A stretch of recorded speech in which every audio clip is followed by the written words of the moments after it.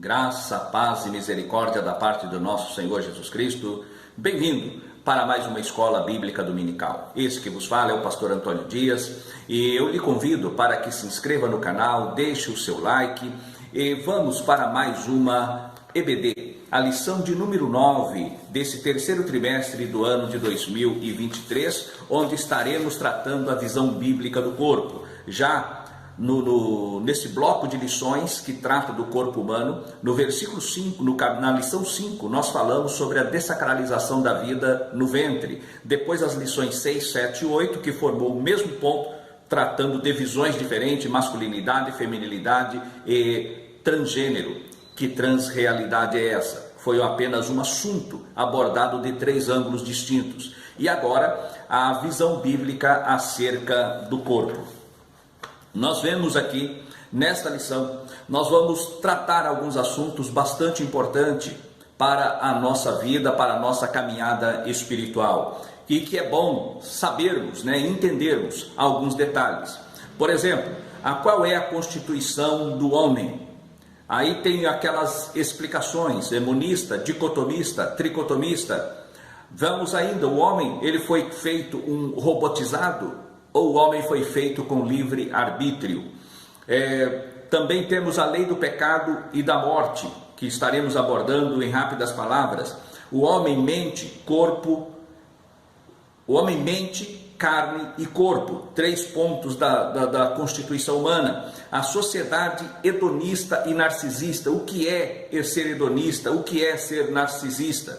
Logo nós vamos ver a criação do homem, a visão bíblica do corpo e também a visão secularista do corpo. E dentro desse ponto, a liberdade sobre o corpo. O que é eutanásia, distanásia, ortotanásia? O que diz a nossa legislação? Esses são os pontos que estaremos abordando no transcorrer desta lição.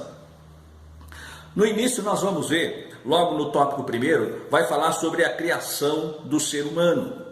E aí eu faço menção, em rápidas palavras, em Isaías 43 e o versículo 7, que vai dizer: o homem que eu criei, formei e fiz. Nós vamos ver aqui essa distinção em Isaías 43 e o versículo 7. Em Gênesis 1 e 27, vai dizer assim, que Deus criou o homem, Deus os criou, macho e fêmea os criou. Ou seja, no projeto imediato, Deus criou macho e fêmea. Agora no capítulo 2 do Gênesis vai dizer como Deus fez tanto o homem quanto a mulher. O homem foi feito no capítulo 2 e versículo 7, foi feito do pó da terra e formou o Senhor Deus o homem do pó da terra. E a expressão do verbo fazer estar, do hebraico, que quer dizer prensar contra uma forma, para que aquilo que está sendo prensado contra a forma tome a forma da forma. Isso é o que diz o texto em Gênesis 2 e 7. Já em Gênesis 2 e 22, que vai falar da formação da mulher, o Deus ele não fez a mulher do pó da terra, mas de algo que já existia, de um ser existente, que foi o homem. Deus tirou da costela do homem e cerrou a carne em seu lugar, e desta costela Deus formou a mulher. A expressão aqui, esse formar, aqui no português aparece formou o homem, formou a mulher, é a mesma coisa, mas no hebraico, para o homem foi estar, agora para a mulher é banar. Banar quer dizer formar de forma delicada, lenta e meticulosa. Assim foi que Deus fez a mulher, de uma forma diferenciada da maneira que ele fez o homem. Posto isso, nós vamos adiante.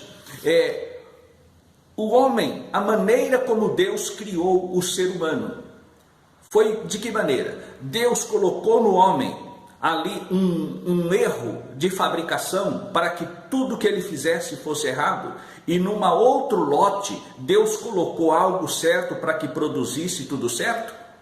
Ou o homem foi feito livre para escolher entre o certo e o errado? Esta é a questão que estaremos abordando neste ponto. E onde nós vamos encontrar isso? Em Gênesis capítulo 2, versículo 16 e 17. Ali está a lei do pecado e da morte.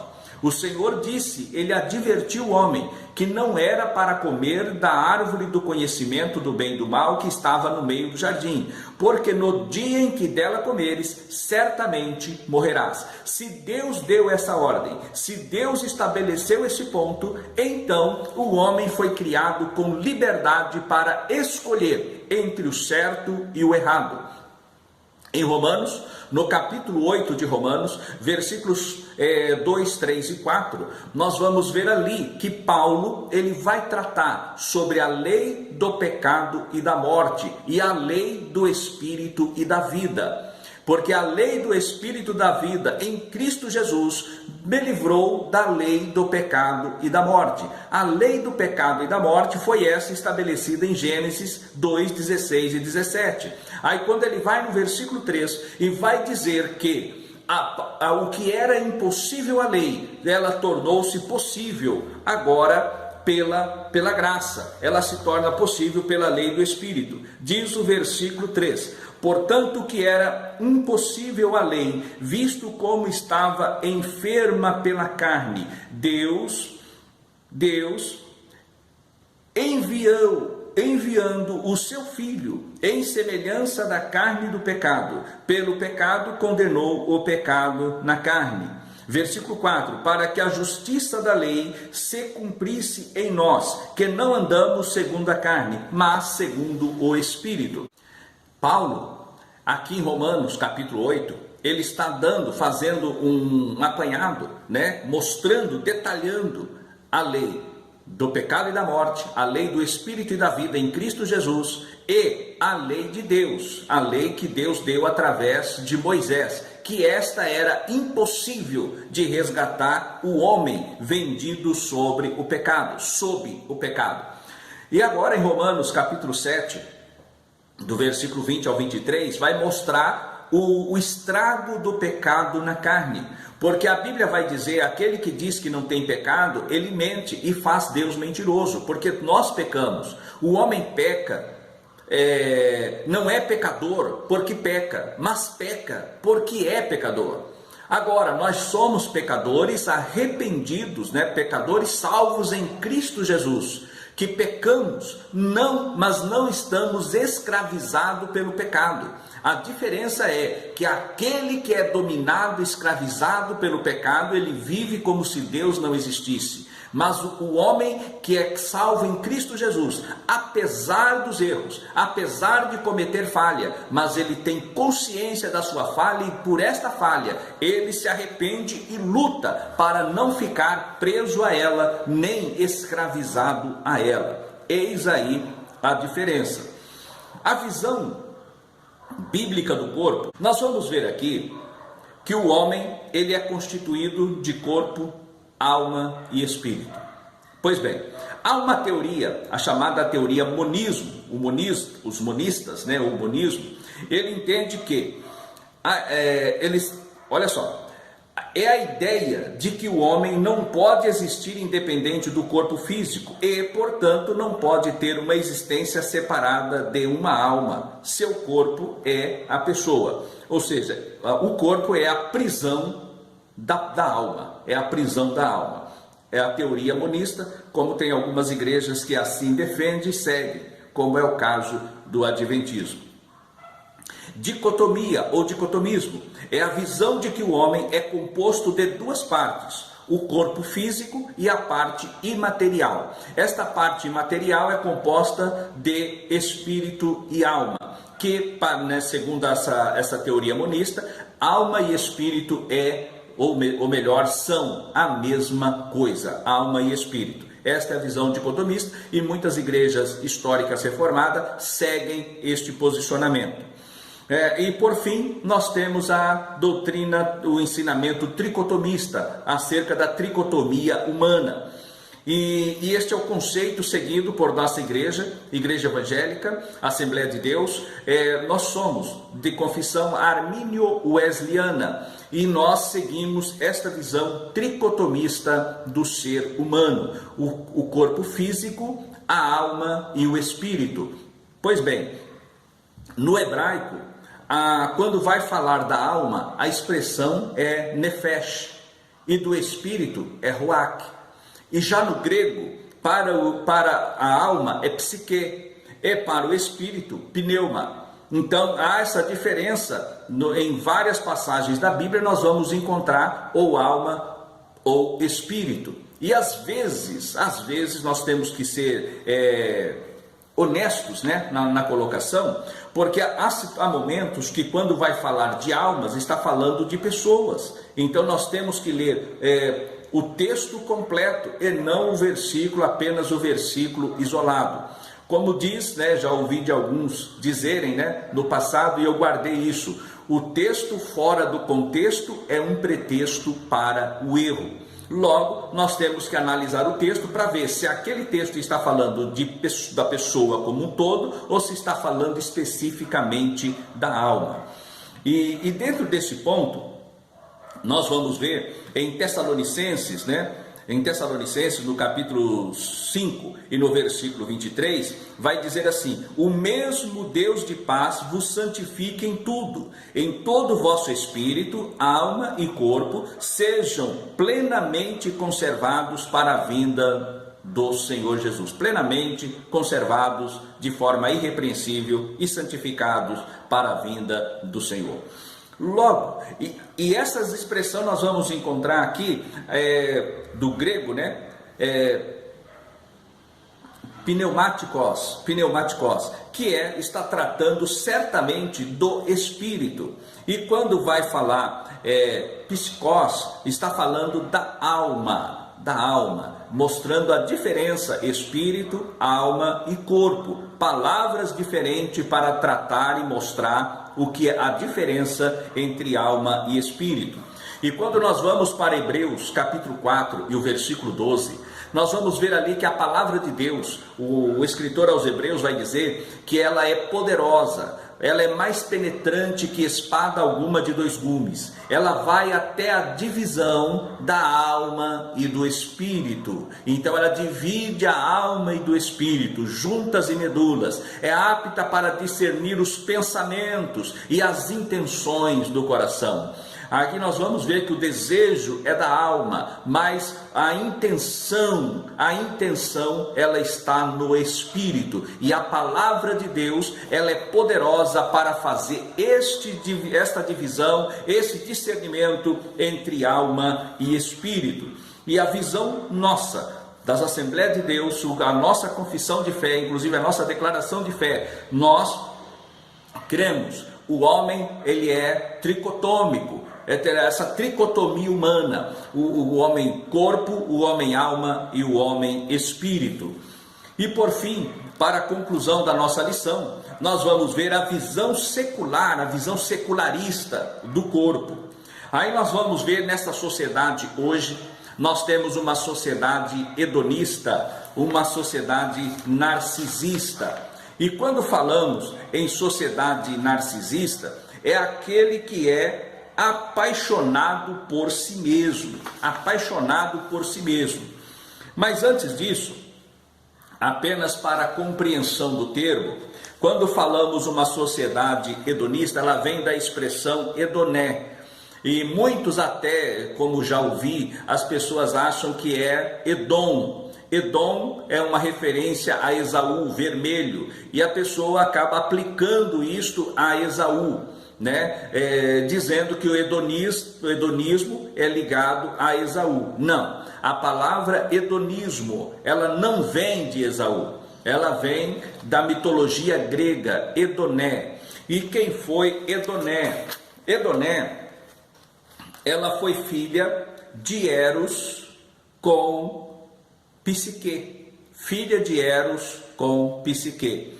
Eros, na mitologia, é o deus do amor. Daí vem a expressão erotismo, erotização, porque é o Deus da carnalidade, na verdade, é puramente da atração física. E Afrodite, na mitologia, ela manda o seu filho lançar uma seta para que a beleza de Psique fosse ferida. No entanto, ele acaba por apaixonar-se por Psique, e aqui nós vamos ver que Afrodite, então, ela começa a dar tarefas para que Psique pudesse, então, ter ali o seu relacionamento com o seu filho. No entanto, eram tarefas impossíveis, e ela vai até ao Tártaro, ela vai até o Hades. O que é isso? O mundo dos mortos. Então nós vamos ver que a mitologia grega está intimamente ligada às profundezas de Satanás. Está intimamente ligada às profundezas de Satanás.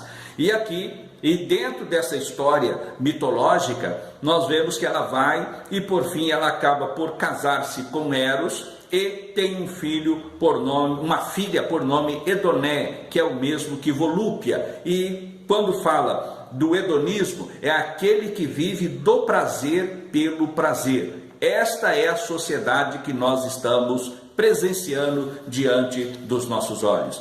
E esta filosofia do prazer pelo prazer, ela foi combatida por Paulo, lá em Atenas, está em Atos, capítulo 17, versículo 18, quando Paulo ele combate ali contra os epicureus e contra os estoicos. E aqui nós vemos que era uma filosofia defendida por Epicuro, que era o prazer pelo prazer. E Paulo, então, ele entra com o evangelho de Jesus Cristo ali em Atenas. E dentro desse ponto, nós vamos ver desta sociedade hedonista, da liberdade acerca do corpo, nós vamos ver as expressões eutanásia, distanásia e ortotanásia. Primeiro, o que é eutanásia? Sempre que vemos tanásia, está ligado à morte, né? A eutanásia, ela é entendida como a morte, a boa morte. Quando a pessoa ela está em estado terminal e ela já não tem mais expectativa nem esperança de cura daquela enfermidade, então ela antecipa a sua morte. Ali o médico reúne as pessoas, as famílias se despedem e ali o médico ministra aquela medicação que vai por fim à vida daquela pessoa que está enferma. Isto é eutanásia. E também existe outros locais que é permitido, não aqui no Brasil não, a morte assistida, o suicídio assistido. Aí faz o mesmo procedimento, só que não é o profissional da saúde que o faz, mas a própria pessoa faz a ingestão daquela substância que vai limitar a sua existência. Isso é eutanásia, a diferença entre eutanásia e suicídio assistido. A distanásia é quando vai prolongar o sofrimento, vai prolongar a vida, não tem condições, a pessoa não tem condições de cura, não existe perspectiva nenhuma de cura. E no entanto, a pessoa é mantida viva por aparelhos, por cérebro, por mecanismo, e a vida então é prolongada no tempo, né? Ela é prolongada no tempo. Isso aí é chamada de distanásia. E também existe a ortotanásia. O que seria a ortotanásia? A ortotanásia é quando a pessoa também na mesma situação não tem expectativa de cura, não tem condições de sobreviver. E então não é empregado os métodos para abreviar a vida e nem para alongar a vida. Mas a pessoa, ela vai morrendo naturalmente, sem dor, sem sofrimento, e a pessoa morre naturalmente. Isto é ortotanásia. A nossa legislação, no Código Penal Brasileiro, no artigo 121, ele vai dizer, ele é bem clássico, né? Matar alguém, pena, né? Matar alguém, pena, de 6 a 20 anos. Aí nós vamos no parágrafo 1º. Se o agente comete o crime impelido por motivo de relevante valor social ou moral, ou sob domínio de violenta emoção, logo em seguida a injusta provocação da vítima, ou o juiz pode, reduzir a pena de 1/6 a 1/3. É chamado do homicídio aqui privilegiado, né? E no caso da morte assistida, ela pode ser inclusa no parágrafo 1º do artigo 121. O artigo 122 do mesmo Código, ele vai dizer induzir ou instigar alguém a suicidar-se ou prestar-lhe auxílio para o suicídio. Então aqui, se a pessoa vai prestar auxílio para que a pessoa cometa o suicídio, isto é crime. E a nossa legislação, ela pune isso daqui como crime. Então, quando nós podemos entender aqui o detalhe, a distanásia é o prolongamento artificial do processo, né? É o prolongamento do processo de morte e, por consequência, prolonga também o sofrimento da pessoa. Então, este é o que é distanásia e o que diz o Código Penal brasileiro. Uma doutrinadora, Maria Helena Diniz, ela vai dizer o seguinte: trata-se do prolongamento exagerado da morte de um paciente terminal ou tratamento inútil, não visa prolongar a vida, mas sim o processo de morte. Isso aqui na sua obra de Biodireito, ela traz aqui esta explicação. É bom lembrar que o nosso Código Penal, ele não pune a ortotanásia, não é punível, não é prevista como crime.